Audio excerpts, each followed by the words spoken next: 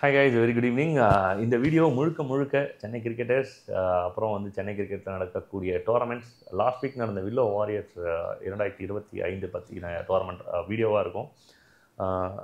என்ன முத்து அப்படின்னா, willow warriors 2025 last week முடிஞ்சுது.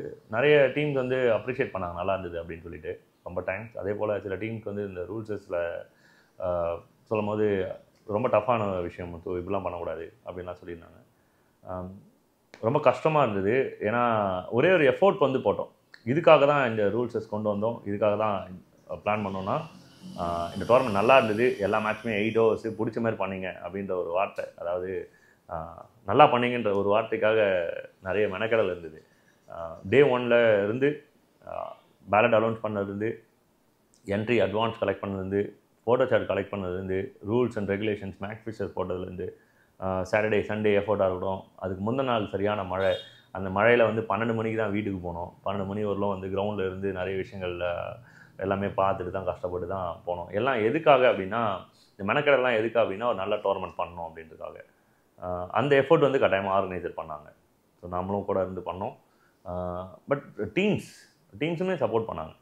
ஸோ அதுக்கு முன்னாடி ஒரு ஆர்கனைசர் என்னெல்லாம் ஃபேஸ் பண்ணுறாங்க அப்படின்னா, இப்போது இன்றைக்கி இருக்கிற சென்னை கிரிக்கெட்டில் என்ட்ரின்றது 10,000 ரூபா, வின்னர் ப்ரைஸ் 1 லட்ச ரூபா, ரன்னர் ப்ரைஸ் 50,000 ரூபா. அதாவது 16 டீம் கிட்டேருந்து கலெக்ட் பண்ணுற என்ட்ரியே திருப்பி கட்டாயமாக கொடுத்துடணும். இப்போ அதில் 1 லட்ச ரூபாலேருந்து கொஞ்சம் கம்மியாக நம்ம அமௌண்ட் பண்ணாலுமே கொஞ்சம் திங்கிங் இருக்குது, இவனை மாற்றி போட்டான் அப்படின்ற மாதிரி. ஸோ ஓகே, அதுலேருந்து என்ன அப்படின்னா, ரிமைனிங் இருக்க rest of things, trophies, jerseys, ground permission, ground வந்து ஓனாக இருந்ததுன்னா ஓகே, அப்படி இல்லைனா ரெண்ட்டுக்கு எடுக்கணும், அது ஒரு 25,000 ரூபா வரும். அதுக்கப்புறம் வந்து பார்த்திங்கன்னா லைவ் ஸ்ட்ரீமிங்ஸ் இருக்குது, ஸ்கோரர்ஸு, ஹெல்ப்பர்ஸு,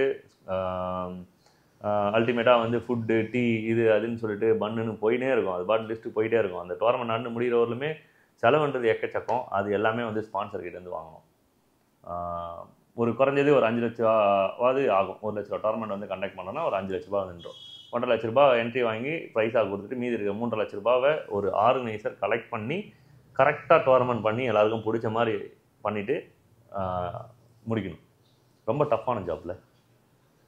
இது வந்து வில்லோ வாரியர்ஸ் 2025 மட்டும் கிடையாது, நடக்கிற எல்லா டோர்னமெண்ட்லேயும் இருக்கிற விஷயம் தான். ஒரு ஸ்பான்சர் தரேன்னு சொல்லிட்டு 1 லட்ச ரூபா தரேன்னு சொல்லிட்டு 50,000 ரூபா கொடுத்தாருன்னா அந்த ஆர்கனைசர் என்ன பண்ணுவாங்க யோசிச்சு பாருங்களேன். கை காசு போட்டு கொடுக்கணும்.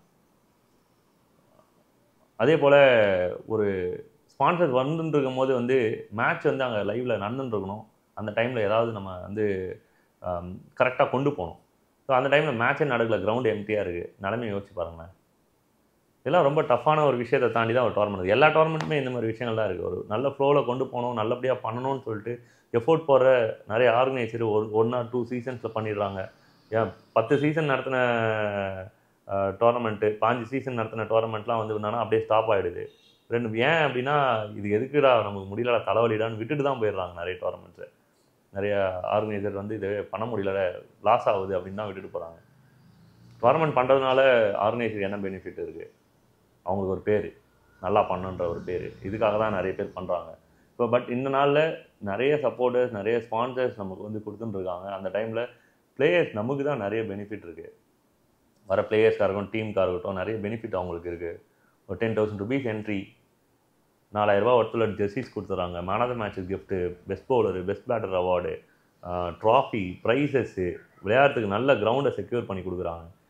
ஒரு கார்பரேட் டோர்னமெண்ட்டை கம்பேர் பண்ணிங்கன்னா 25,000 ரூபா என்ட்ரி வாங்கிட்டு 30,000 ரூபா வின்னர் ப்ரைஸ் கொடுக்குறான், 4 மேட்ச் ஆட விட்டு அது ஒரு பேட்டர்னில் நடக்குது. அந்த டோர்னமெண்ட்டை கம்பேர் பண்ணும்போது நம்மளோட டோர்னமெண்ட் வந்து பெட்டர் தென் ஒரு 4-5 டைம்ஸ் சொல்லலாம். இது நல்லா நடக்குது, அதை நான் ப்ளேம் பண்ண விரும்பல. அது வேறு, இது வேறு. பட் இருந்தாலும் இருக்கிற விஷயமும் உங்களுக்கு தெரியும். இந்த மாதிரி இருக்கும்போது பிளேயர்ஸ் என்ன பண்ணலாம் அப்படின்னா, ஒரே ஒரு டோர்னமெண்ட் கமிட்மெண்ட் கொடுத்து, இந்த டோர்னமெண்ட் தான் விளையாட போகிறேன், இதை தானே விளையாடணும், அவ்வளோதான். அந்த மாதிரி பண்ணிட்டீங்கன்னா பெட்டர். நமக்கு 4-5 டோர்னமெண்ட் ஒரே நாளில் நடக்குது, இங்கே விட்டோன்னா அங்கே ஆடிடலாம், அங்கே முடிச்சுட்டு இங்கே வந்துடலாம். இந்த மாதிரி விஷயங்கள் வந்து நான் தப்புன்னு சொல்ல முடியாது, சரின்னு சொல்ல முடியாது. அது உங்களோட விருப்பம் தான் சொல்லுவேன். பட் ஒரு டோர்னமெண்ட்டை சூஸ் பண்ணி விளையாண்டிங்கன்னா நீங்கள் கொஞ்சம் இன்னும் பெட்டராக மைண்ட் பீஸாக விளையாடலாம்.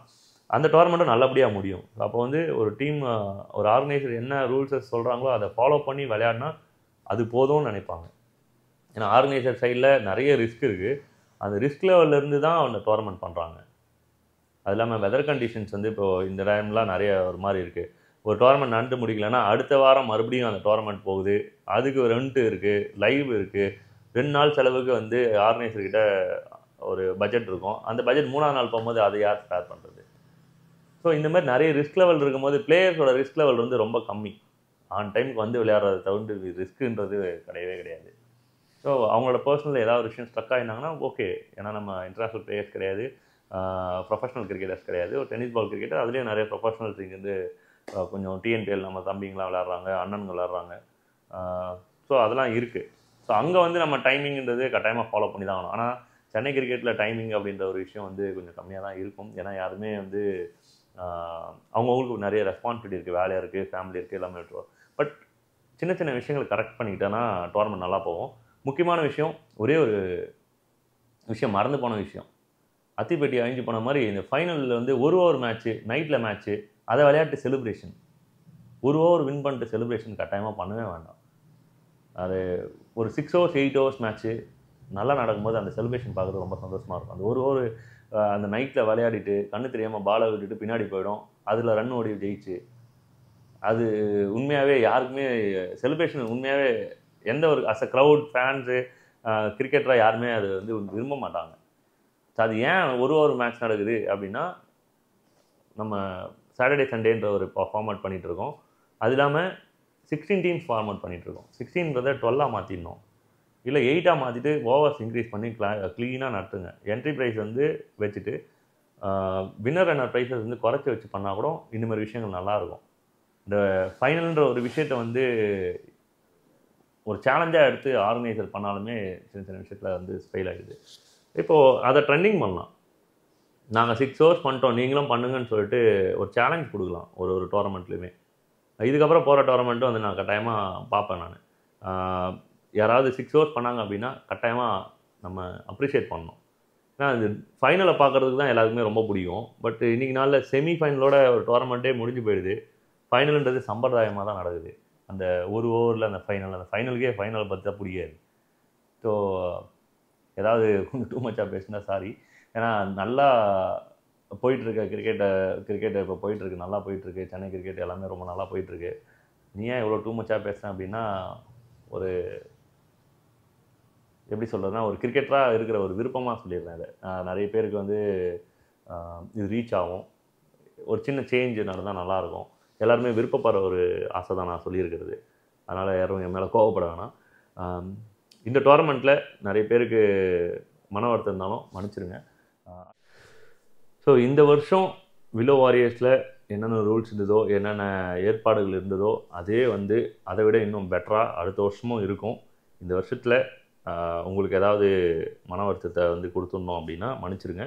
அடுத்த வருஷம் இன்னும் கொஞ்சம் பெட்டராக பண்ணலாம். அதே போல் எல்லா டோர்னமெண்ட்ஸுமே கொஞ்சம் ப்ராப்பராக பண்ணுறதுக்கு பிளேயர்ஸ், டீம்மேட்ஸ் எல்லாருமே சப்போர்ட் பண்ணுங்கள்.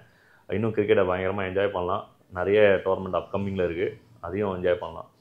So thank you so much. நிறைய விஷயத்த பேச நினச்சி நிறைய விஷயத்த மறந்துட்டேன். சில விஷயத்த தான் பேசியிருக்கேன். ஞாபகம் வந்தால் இன்னொரு வீடியோவும் பண்ணுறேன். தேங்க்யூ.